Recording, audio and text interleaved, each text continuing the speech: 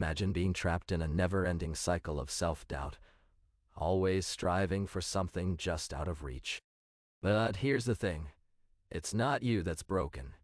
It's your expectations. Perfectionism is a toxic mask hiding our true selves, hiding the imperfections and vulnerabilities that make us human. This video will explore why you struggle with perfectionism, where it comes from, and how it's linked to childhood trauma, emotional neglect, and low self-worth. We'll dive into the subtle ways perfectionism affects your relationships, self-talk, and daily life, and what you can do about it. Perfectionism often stems from a deep-seated fear of not being good enough, a feeling that's been ingrained in us since childhood. Think about your parents or caregivers when you were growing up. Were they critical, dismissive, or overly demanding? Did you feel like, no matter how hard you tried, it was never quite enough? Maybe you felt invisible, like you didn't exist unless you achieved something remarkable. As we strive for perfection, it's easy to get caught up in a cycle of people-pleasing. We might overcommit ourselves, taking on too much at work or in our personal lives, just to avoid disappointing others. But beneath the surface, something more insidious is happening. It's like being trapped in a never-ending loop of what-ifs. What if I say no? What if I disappoint them? What if I'm not good enough? You might find yourself constantly reevaluating your decisions, second-guessing every move you make. Like driving on a foggy road, unsure of the next turn, but too afraid to pull over and ask for directions. For instance, let's say you've been invited to a friend's party, but it falls on a night when you really need some rest. You might feel an overwhelming sense of obligation, thinking I have to go, even if your body is screaming otherwise. This people-pleasing can lead to burnout and exhaustion, making it harder to cope with the pressures of everyday life. As we continue down the path of perfectionism, our thoughts can become a self-reinforcing cycle of anxiety and self-doubt. Think about it like a snowball rolling downhill. At first, it's just a small, gentle bump, but as it gains speed and size, it becomes almost impossible to stop. The more we overthink, the faster this cycle picks up pace. We start to analyze every decision, every action, until we're questioning our very existence. It's like being stuck in an elevator with no control. You can't move forward or backward. All you can do is repeat the same worries over and over. We often talk about the importance of self-care, but rarely do we acknowledge the impact that others have on our well-being. People-pleasing is a common trap where we strive to meet everyone else's expectations while sacrificing our own needs and desires. It's like trying to be a puzzle piece that fits perfectly into someone else's life, without realizing that our own shape has been altered in the process. Consider Sarah, who always put her family's needs before her own. She'd cancel plans at the last minute to help with household chores or attend to a sick family member. Her relationships were built on a foundation of obligation rather than mutual support. But when she finally had a breakdown and took time for herself, she realized that her self-worth was tied to others' approval. Similarly, think about Alex, who always tried to be the perfect host, cooking elaborate meals and decorating his home to impress guests.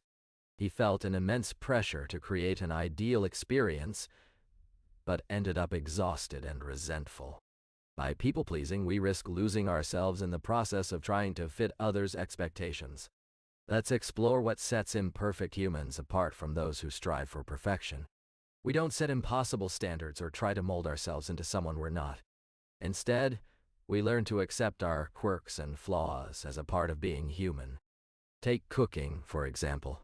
A perfect chef wouldn't dare serve a dish with a few burnt edges or an imperfect presentation. But what if I told you that some of the most delicious meals come from those who don't care about perfection? They focus on adding flavor, experimenting with new ingredients, and enjoying the process. For me, it's about embracing my messy home office. It may not be tidy, but it's a reflection of my creative process. When I'm working on a project, I don't worry about organizing every single paper or pen. I prioritize getting the work done. It's not about being perfect. It's about being authentic and true to ourselves. And that's what sets imperfect humans apart.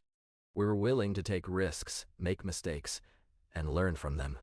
Now that we've explored the principles of embracing imperfection, let's talk about how to apply these concepts to our daily lives. We all know what it's like to feel like we're not good enough, like we're falling short of some unattainable standard. But here's the thing, perfection is a myth. It's a construct created by societal pressures and unrealistic expectations. Think about it like this. Imagine you're trying to learn how to paint. You sign up for a class, excited to create something beautiful. But then, you look at the work of your instructor or your peers, and suddenly you feel like your own efforts are laughable. Your brushstrokes are clumsy, your colors are off-key. You start to wonder if you'll ever be good enough. That's when it's essential to take a step back and prioritize your needs. What do you need in this moment?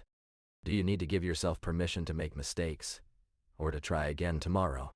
Or perhaps what you need is to set boundaries with others, to communicate your limitations and say no to expectations that feel suffocating. As we wrap up this conversation, I want you to take a deep breath in, and as you exhale, imagine letting go of the need for perfection. Remember, embracing imperfection is not about giving up. It's about finding peace in the midst of chaos. Think of it like being on a mountain hike. You can't control the terrain, but you can choose to appreciate the view from where you are. You've taken the first steps today by acknowledging your struggles with others, communicating your limitations, and saying no to expectations that feel suffocating. Now, take this newfound awareness and start to reframe your self-talk. Instead of beating yourself up over what's not perfect, try to focus on the things that make you whole. You are not defined by your flaws. You are defined by your resilience, your courage to show up as you are. So, I want to leave you with a gentle reminder.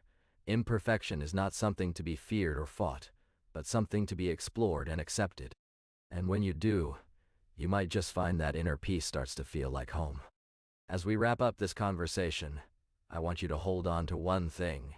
Your imperfection is not something to be ashamed of.